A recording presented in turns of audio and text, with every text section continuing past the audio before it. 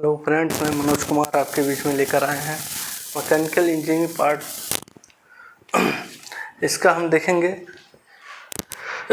छठवां वीडियो है, इसको देखेंगे। अभी तक हमने Rankine cycle, fire tube boiler, water tube boiler वगैरह उसके एप्लीकेशन वगैरह देखे हैं। अब हम देखते हैं उसके एफिशिएंसी और सब कुछ देखें। अब देखेंगे स्टीम इंजन के बारे में। इसमें देखते हैं other term related to steam engine. इसमें थर्मल इंजन के लिए क्या हो जाएगा, IP into 60/MS into S into FS, S minus FS। यहाँ MS क्या है, स्टीम के लिए क्वांटिटी है, quantity of steam.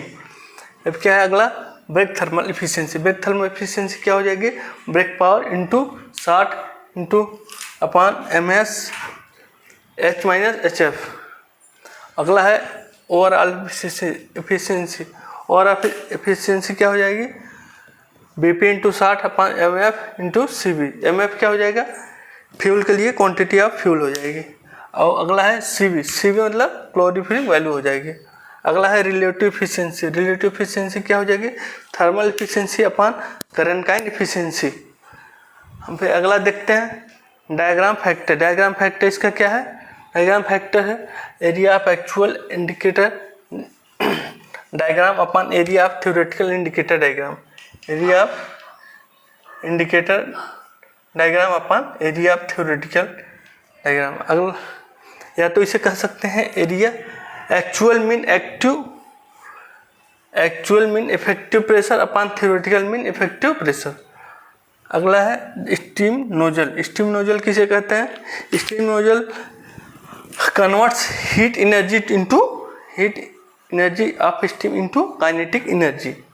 Heat energy से चेंज होता है किसमें, काइनेटिक एनर्जी में। इसका एप्लीकेशन कहाँ कहाँ यूज होता है, ये जेट इंजन के लिए यूज होगा, स्टीम वाटर गैस टरबाइन के लिए यूज होगा, रॉकेट मोटर के लिए यूज होगा, या आर्टिफिशियल फाउंडेशन फ्लो मेजरमेंट इत्यादि के लिए यूज होगा। फिर अगला है हम देख रहे हैं type of nozzle. Type of nozzle कितने प्रकार के हैं, 3 नोजल 3 प्रकार के हैं टोटल। पहला है कन्वर्जेंट नोजल, दूसरा डाइवर्जेंट नोजल, तीसरा है convergent and divergent nozzle. Convergent nozzle क्या होता है, कन्वर्जेंट नोजल ये होता है जिसमें एरिया क्या है, एरिया जिसका घटता हुआ जाए, वो जिसमें फ्लो तो हो लेकिन इसका क्या होगा, एरिया घटता हुआ जाएगा, तब क्या होगी, वेलोसिटी बढ़ जाएगी। और उसमें क्या हो जाएगा, डाइवर्जेंट में क्या है, डाइवर्जेंट में वो है जिसमें एरिया तो बढ़ेगा लेकिन वेलोसिटी, एरिया बढ़ेगा लेकिन क्या होगी, वेलोसिटी घट जाएगी। और डाइवर्जेंट क्या है, कन्वर्जेंट डाइवर्जेंट क्या है, जिसमें एक बार एरिया घटेगी फिर एरिया समान हो जाएगी, फिर उसके बाद एरिया बढ़ जाएगी। तो इसे क्या बोलेंगे, इसे बोलेंगे कन्वर्जेंट, और इसे थ्रॉट। यहाँ एरिया क्या हो जाएगी, बराबर हो जाएगी A1 बराबर A2 के, और ये क्या हो जाएगा, जहाँ एरिया क्या है बढ़ रही है उसका क्या हो जाएगा, डाइवर्जेंट।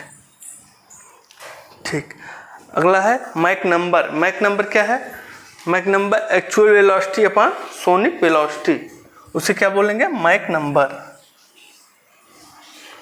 फिर हम देखते हैं मैक नंबर और टाइप ऑफ फ्लो और नोजल में रिलेट। अगर मैक नंबर m <1 है, 1 से कम है, तो क्या हो जाएगा, उसे बोलेंगे सबसोनिक फ्लो। सबसोनिक फ्लो मतलब कन्वर्जेंट फ्लो।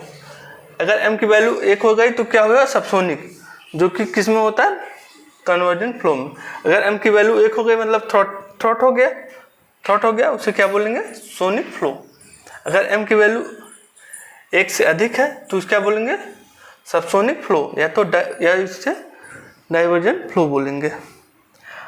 और m की वैल्यू अगर 1 से कम और फिर बाद में 1 से बढ़ जाए, पहले शुरू में 1 से कम हो और बाद में 1 से बढ़ जाए, तो क्या होगा, हो जाएगा, पहले 1 से अधिक हो जाए बाद में 1 से कम हो जाए, तो हो जाए सबसोनिक टू सुपरसोनिक, जो कि हो जाएगा, ये हो जाएगा कन्वर्जेंट टू डाइवर्जेंट फ्लो। फिर अगला है governing of equation of nozzle.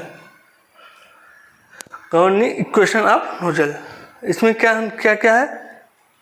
Conservation of mass. Conservation of mass में क्या है? कंजर्वेशन ऑफ मास में क्या हो जाएगा?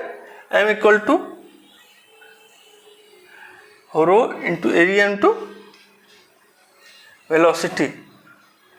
अगला क्या है? कंजर्वेशन ऑफ एनर्जी, इसमें क्या हो जाएगी? C2 equal to 44.7 into delta H. Conservation of momentum, इसको क्या बोलेंगे? Pressure ratio. Pressure ratio PC/P1 बराबर P2/P1 बराबर 2/1 पूरे पर पावर क्या हो जाएगा? n/n-1। फिर हम अगला देखेंगे नोजल डिफ्यूजर आइडेंटिफिकेशन। इसमें क्या है? नोजल के लिए फार्मूला क्या हो जाएगा? एरिया क्या हो जाएगा? D/D m² - 1 into C/dC/C। और यही डिफ्यूजल की देखेंगे तो तब एरिया क्या हो जाएगी? -dP/ρV² into m² - 1। इसमें अगर देखेंगे डिफ्यूजर में, सबसोनिक में नोजल की देखेंगे, जब एरिया इसका बढ़ता जा रहा है तो क्या हो गया? m की वैल्यू क्या हो जाएगी? सब सुपरसोनिक में हो जाएगी। m की वैल्यू 1 से अधिक हुआ तो ये नोजल का फॉर्म क्या हो जाएगा? एरिया बढ़ता जाएगा तो ये क्या हो जाएगा? सब m की वैल्यू 1 हो जाएगी नोजल के लिए, एरिया क्या होगा? बढ़ेगा। और यही डिफ्यूजर के लिए क्या होगा? एरिया घटेगा। और सबसोनिक में क्या है?